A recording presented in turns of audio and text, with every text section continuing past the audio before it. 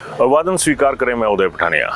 बहुत हल्ला मचा हुआ है हेल्थ सेक्टर को लेके, और ये भी तय मानिए कि जो आरकेएस का पैसा आया करता था उसको सरकार ने बोला कि अब ट्रेजरी में डालिए, और दूसरा ये है कि जो हिम केयर है उसका भी जो शोर है वो लगातार बढ़ता जा रहा है, और हर सिक्के के दो पहलू होते हैं और इन पहलुओं को भी परखना ज़रूरी है। दरअसल सरकार की इतनी बदनामी हो रही है इस चक्कर में कि सब कुछ सेंट्रलाइज कर लिया और ये तमाम चीज़ें हो गई।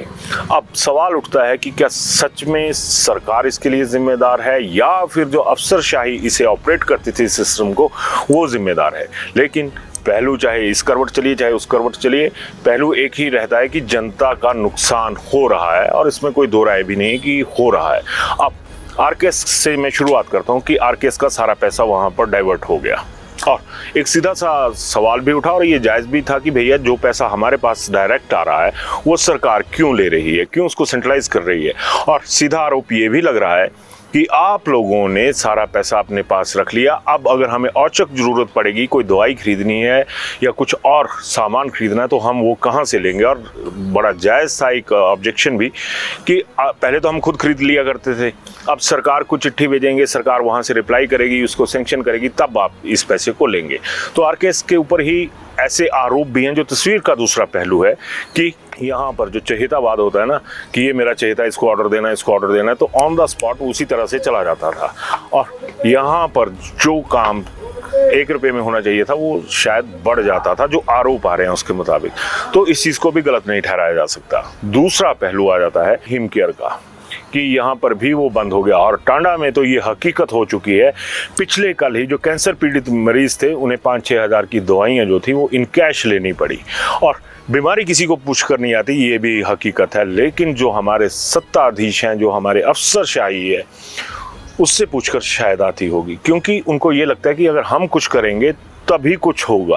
अब कुदरत के आगे तो ये जो सत्ताधीश हैं, ये जो हमारे अफसरशाही है, ये भी उतने ही मजबूर हैं जितने हम लोग मजबूर हैं।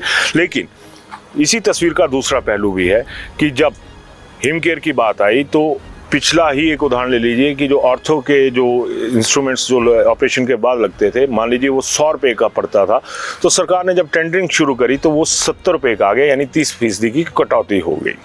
और इससे फ़ायदा किसको हुआ और नुकसान किसको हुआ, ये आप तय कीजिएगा। नुकसान वाली लॉबी आपके सामने होगी, फ़ायदे की वाली लॉबी मैं गिनवा देता हूँ कि उसमें जो हमारा खजाना होता है सरकार के पास, हम इनकम टैक्स पेयर्स का या दूसरी जो चीज़ें हैं, तमाम पैसा इनकम टैक्स पेयर्स का ही होता है। ये नेता लोग अपनी जेब से नहीं देते, लेकिन उसकी यूटिलाइजेशन जो है, जो वैल्यू ऑफ मनी है, वो यहाँ पर नज़र आ रही है। लेकिन मेरा एक सवाल रहेगा सरकार के साथ कि बहुत बड़ी डिसीजन है, अगर जिस तरह के हालात, अगर मैं ये कहूँ कि दशकों से बने हुए हैं, उनको बदलने के भी अब आसार नज़र आ रहे हैं कि अब वैसा नहीं होगा जिस तरह से ये चल रहा है।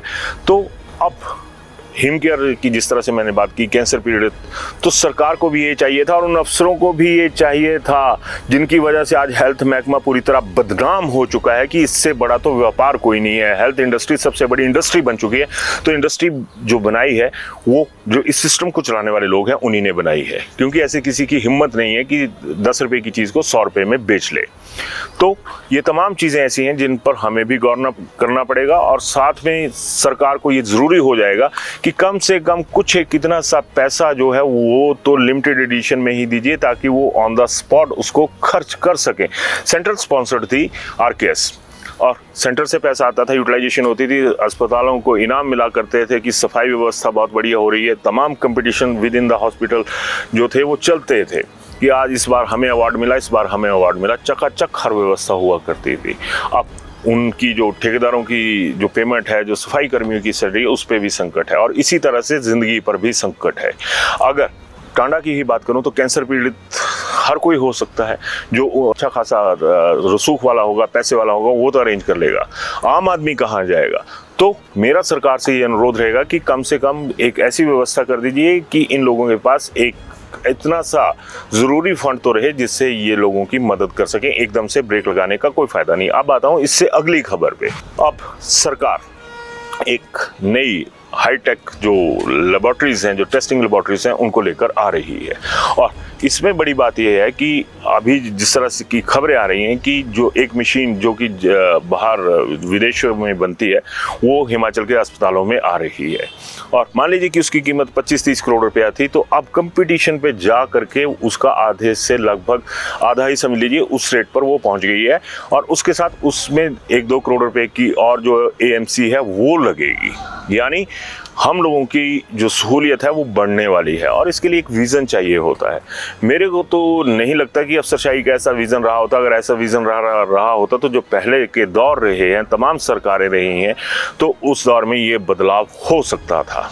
लेकिन बात वही आ गई कि एक तरफ हाईटेक की तरफ हम लोग बढ़ रहे हैं। जो हेल्थ महकमा है उसमें उस मशीन के बाबत तो ये भी है कि आपने सिर्फ सैंपल डालना और एक झटके में 40-50 जो टेस्ट हैं वो जितना सा एक टाइम इंटरवल ज़रूरी है उस टाइम इंटरवल के बाद वो आपको मिल जाएंगे। लेकिन इसी बीच में ये भी बहुत बड़ा मुद्दा हो चुका है कि ये 4-5 अफसर या फिर 4-5 जो तालाब में मछलियाँ होती हैं उनकी वजह से उसकी जो सज़ा है वो आम आदमी को ना मिले।